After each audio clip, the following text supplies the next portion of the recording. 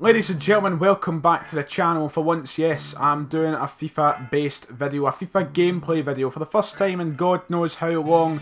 FIFA at this point feels dead to me, and trust me, when FIFA 18 comes back, or comes out even, I'll be ready to make more career mode videos and get back into the swing of making FIFA videos. But for now, I've decided, why not we make a video based on the Champions League group stage draw. Obviously, the draw was done this previous Thursday there, where the groups were drawn, and I decided, why not we go into FIFA and see what FIFA predicts the Champions League group stage will finish like. Now, I could just warn you right now, if you're a fan of the teams Karabag, Olympiacos, Liverpool, Maribor, Spartak, Moscow, Shakhtar Donetsk and Apoel, this sadly will not apply to you. Due to the restrictions of picking the groups in this game, I couldn't involve these teams, so sorry that they are not in. I've got other teams to represent them. I've just put myself as manager of Real Madrid, as they've got the best team in the game and they should be winning the Champions League, and that'll let me see who Real Madrid get in each stage and such. So I've put myself as Madrid manager. I will walk you through who everyone has got in the groups. I'll let you quickly see I've updated the squads. All the transfers are to this day, the 20th of August. What date is it today? The 26th of August. We've got all the players down, so Ousmane Dembele, for example, is at Barcelona, Neymar's at PSG, etc, etc.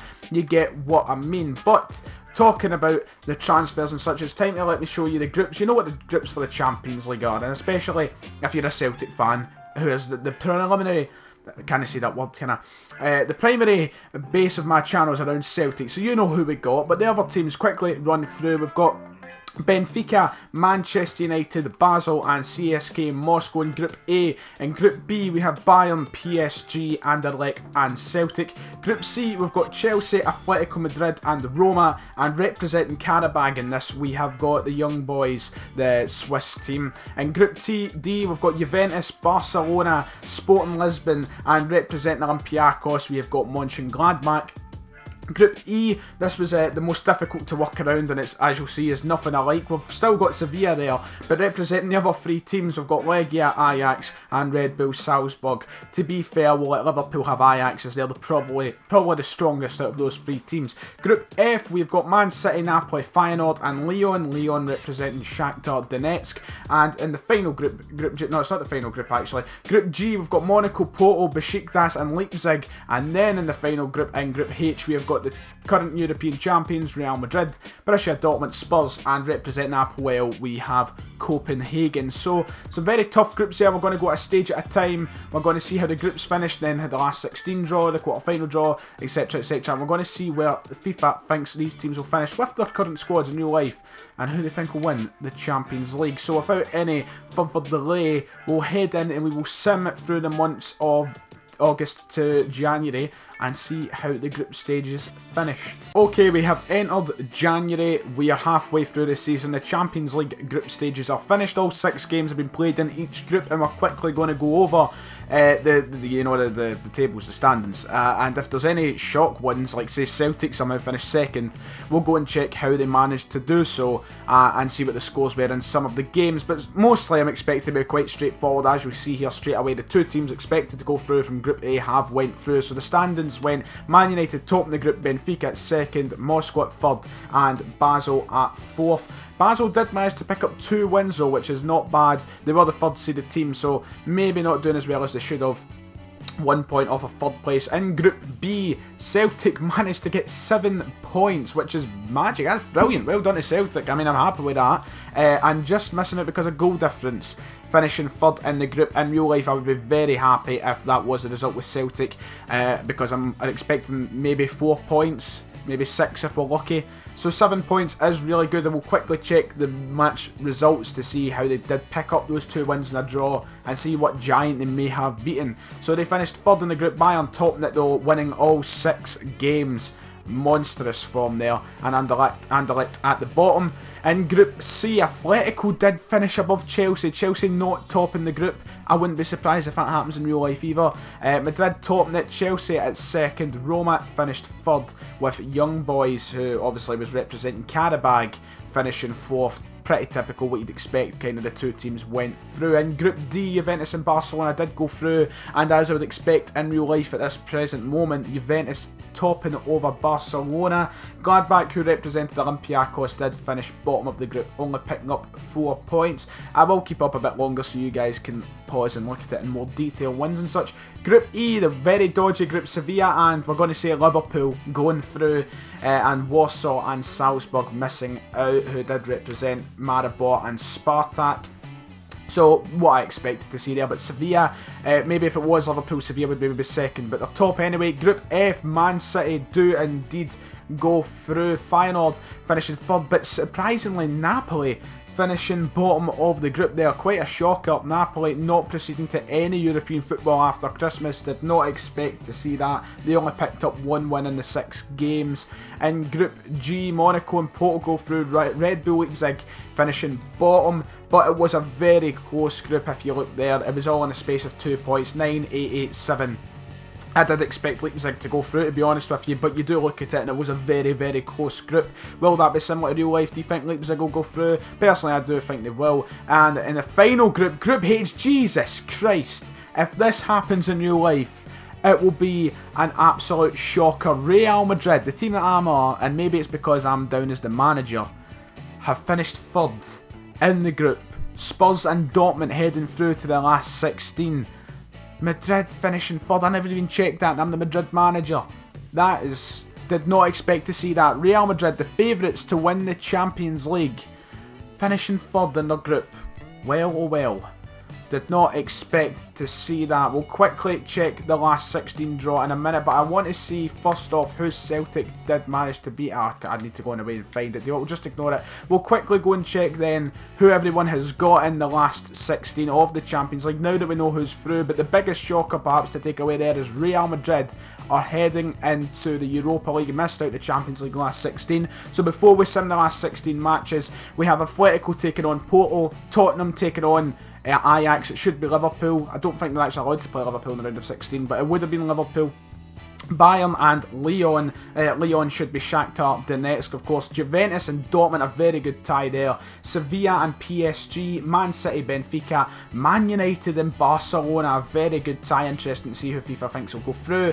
And Monaco taking on another English team. They took on Man City last year. They are taking on Chelsea. So we'll sim past the last 16 and see how things go, and we'll keep up to date with how some of the knocked out teams done in the Europa League last 32 and last 16 to see if maybe Celtic do something magic. Very interesting quarter-final draw, to say the least, with the teams that are left. So going through in all the matches then, we'll quickly bounce through them. There's some big scorelines to tell you about. So anyway, Bayern Munich and Lyon, but Lyon should be Shakhtar Donetsk. That went 4-2 to Bayern. They went through quite easily.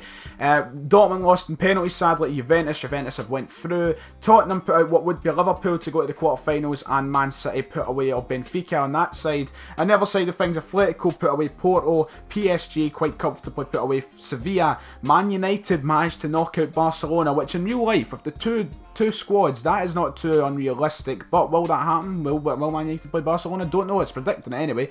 3-1 Man United, and Chelsea absolutely smashing Monaco and putting them out 6-1. So that led to the quarter-final draw, and the quarter-final draw is very interesting indeed. Starting first with the obvious, there is 2 all-English matchups. We've got Tottenham taking on Man City in the quarter-finals. That will be interesting to see.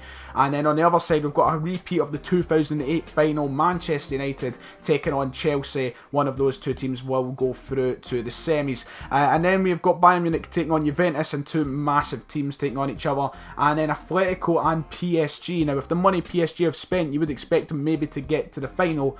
But Atletico Madrid, no easy team to turn over. Anyway, going to do the same thing. We're quickly going to go and fly past the quarterfinals and see who ends up in the last 4 of the Champions League. Right then, there's the semi-finals for you. You can clearly see it on the screen.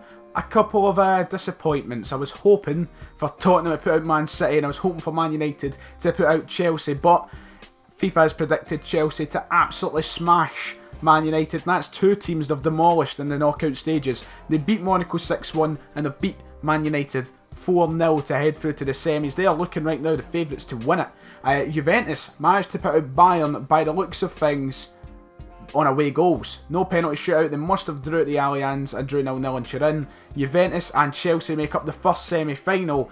And the other semi-final, Atletico Madrid did manage to put out the big spenders. PSG are out. Neymar wasn't enough to get them past Atletico. So Atletico are into the semis. And Man City narrowly put out Tottenham.